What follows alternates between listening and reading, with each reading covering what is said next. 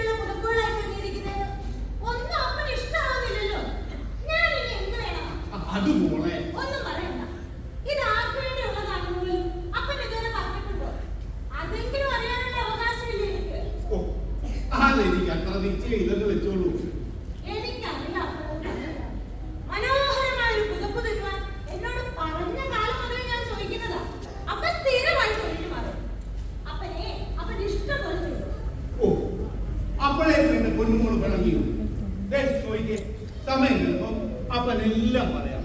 ഇപ്പൊ എന്റെ മോളെ ഏകാഗ്രതയോടെ ഇത് പൂർത്തിയാക്കാൻ ഇതെന്റെ അവസാനത്തെ ശ്രമം. ഇതുകൂടി അപ്പൻ ഇഷ്ടപ്പെട്ടില്ലെങ്കിൽ ഞാൻ എന്റെ തുന്നൽ കൂടെ എങ്കിൽ പിന്നെ അതൊക്കെ നിർത്തിക്കോ. നിന്റെ തുന്നൽ അപ്പൻ ഇഷ്ടപ്പെട്ടിട്ട് നിനക്ക് ഈ പണി തുടങ്ങാവുന്ന കരുതുണ്ട്. കണ്ടോ അപ്പ എന്നെ കളിയാക്കുന്നേ? ഓ അവൻ വെറുതെ പറയുന്നതാണ്. എങ്കിലേ രണ്ടുപേരും കേട്ടോ.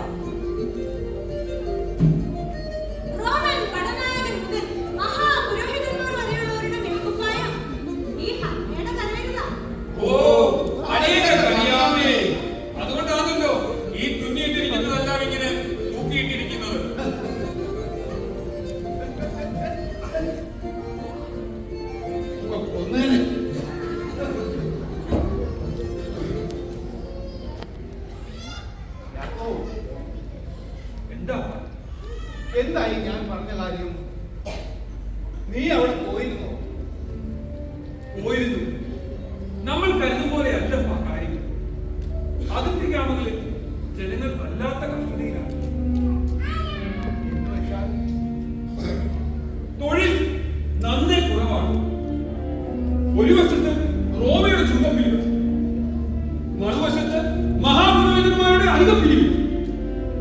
അതിനിടയിൽ റോമയ്ക്കെതിരെ പണനീക്കങ്ങളുമായി ചിലർ പോക്കുന്നു. എന്നോട് പറഞ്ഞു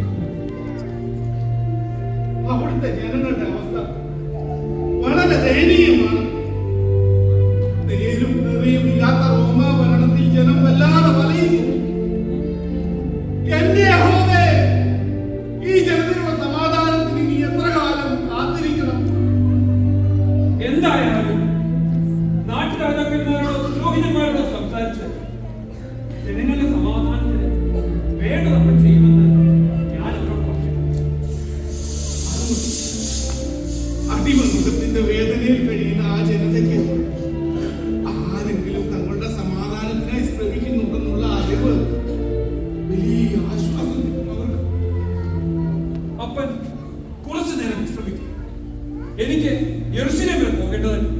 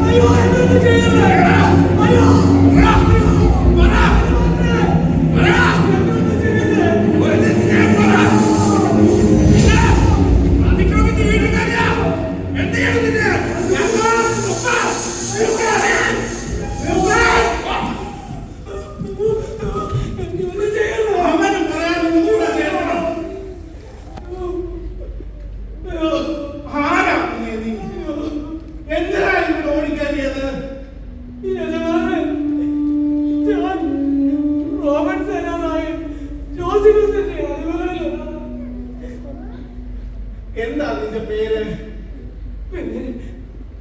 എന്റെ പേര് ലാസർ. എന്റെ പേര് ലാസർ.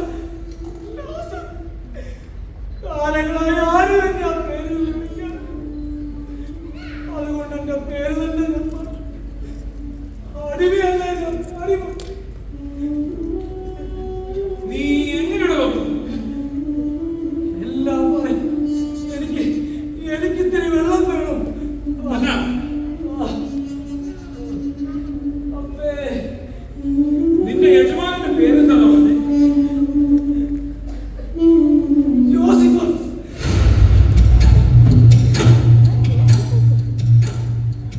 ഒരു മനുഷ്യജീവിയാണെന്ന് പരിഗണന പോലും നൽകാതെ മൃഗങ്ങളെ പോലും ആളുകളെ അടിമകളാക്കി പണിയെടുപ്പിക്കുന്ന ഒരു ദുഷ്ടൻ.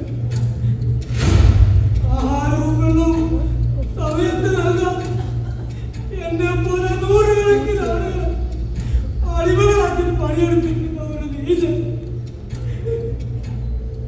ദാസൻ, നീ ഒരു അല്പം വെള്ളം.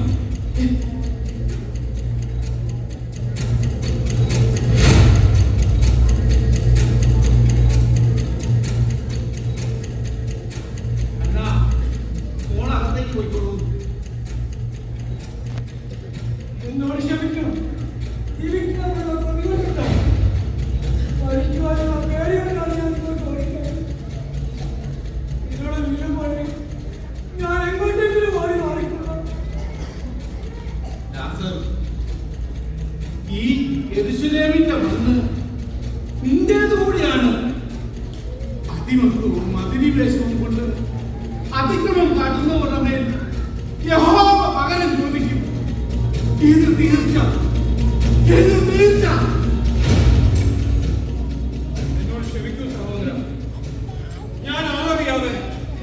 സാരമില്ല, ആരായാലും ഇങ്ങനെയല്ലേ പ്രതികരിക്കുള്ളൂ. ദാസൻ, ഇന്നു മുതൽ നീയും എന്റെ മകനാണ്, ഈ യാക്കോബിന്റെ സഹോദരൻ.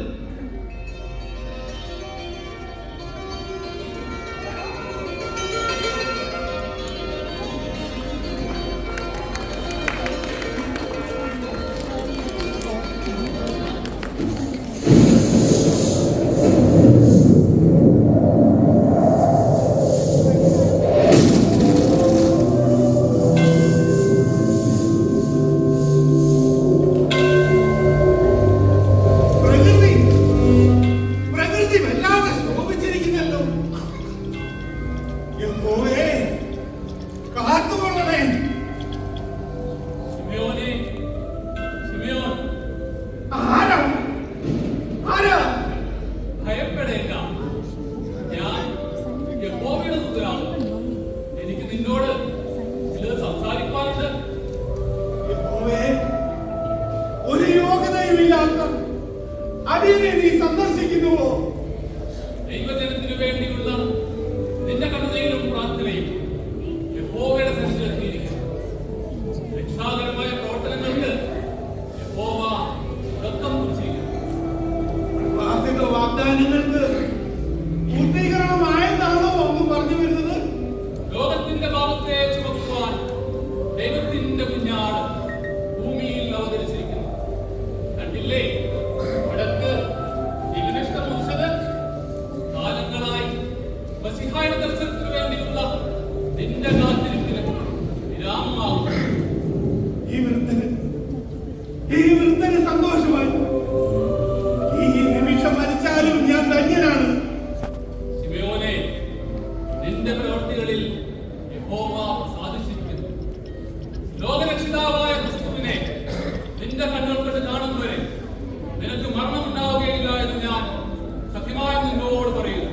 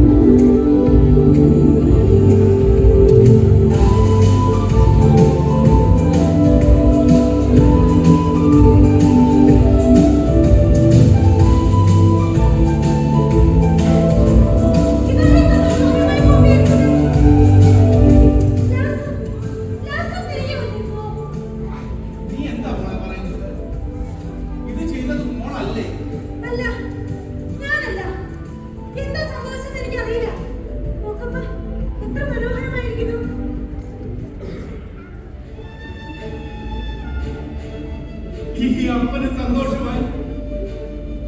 അപ്പൻ വിചാരിച്ചതിലും എത്രയോ മടങ്ങ് മനോഹരമാണിത്. യഹോവയുടെ കൈ പതിഞ്ഞ പുതപ്പാണ്. പുതപ്പ് ഇനി അപ്പൻ മകളോട് ഒരു രഹസ്യം പറയട്ടെ. ലോകത്തിന്റെ രക്ഷിതാവായി പിറന്ന മെസിഹായ്ക്ക് വേണ്ടിയായിരുന്നു അപ്പൻ ഇത്രകാലം കാത്തിരുന്നത്.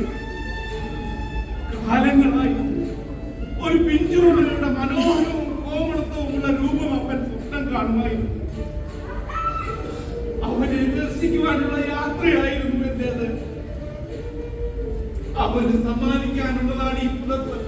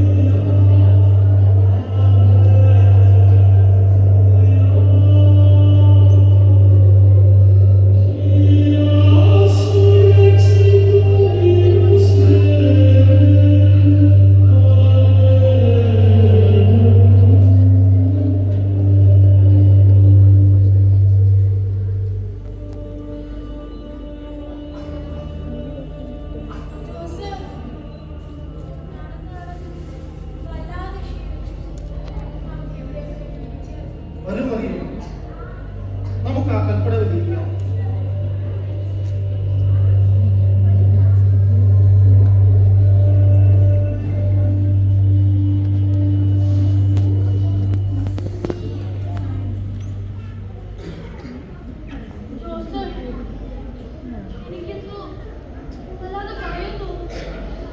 എന്തിനാണ് നാം നിൽക്കുന്നത്? ഈ ദേവാലയ പരിസരത്തല്ലേ?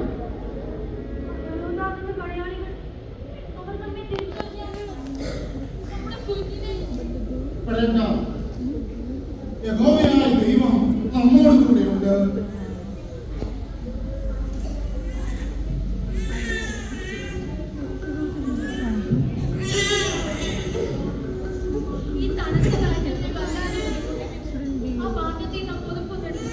അയ്യോ ഭാണ്ഡം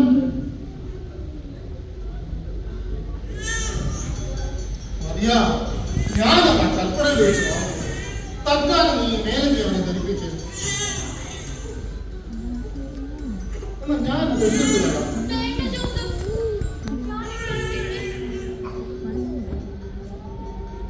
എന്തിനാ കരയുന്നത്? കുഞ്ഞിന് വല്ലാതെ തടുക്കുന്നുണ്ടെന്ന് തോന്നുന്നു. കുഞ്ഞിനെ ഞാനൊന്ന് കണ്ടോട്ടെ.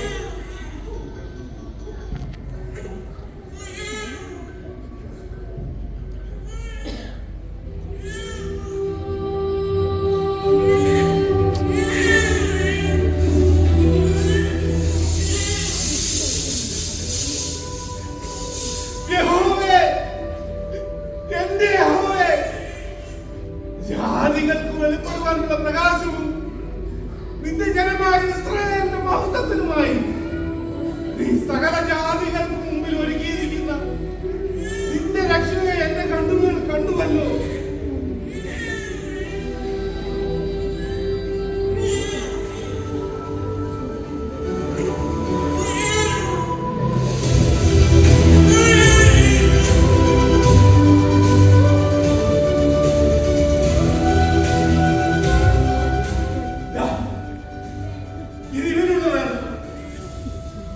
വർഷങ്ങളായി എന്റെ മകളുടെ അധ്വാനത്തിൽ യഹോവയാൽ സാധ്യമായ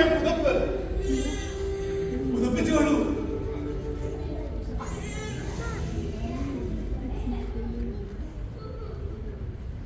കുഞ്ഞിന്റെ കരച്ചിൽ നിന്നുവല്ലോ. കുഞ്ഞിനെ ഞാനൊന്ന് എടുത്തോട്ടെ.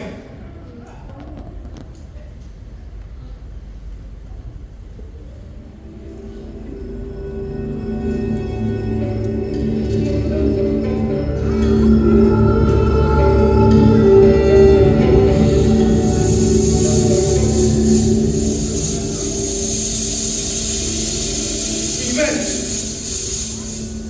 അനേക ഹൃദയങ്ങളിലെ വിചാരം വെളിപ്പെടേണ്ടതിന് യഹൂദിയിൽ പലരുടെ വീഴ്ചയ്ക്കും എഴുന്നേൽപ്പിനും മറുത്തു പറയുന്ന അടയാളത്തിനുമായി വെച്ചിരിക്കുന്നു.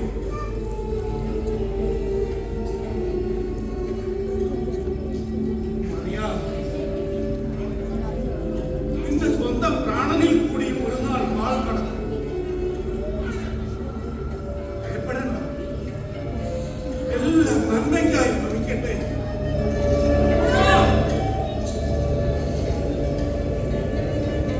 യോഗേശ്വരാമേ, ഞങ്ങൾക്ക് കാണുന്നു.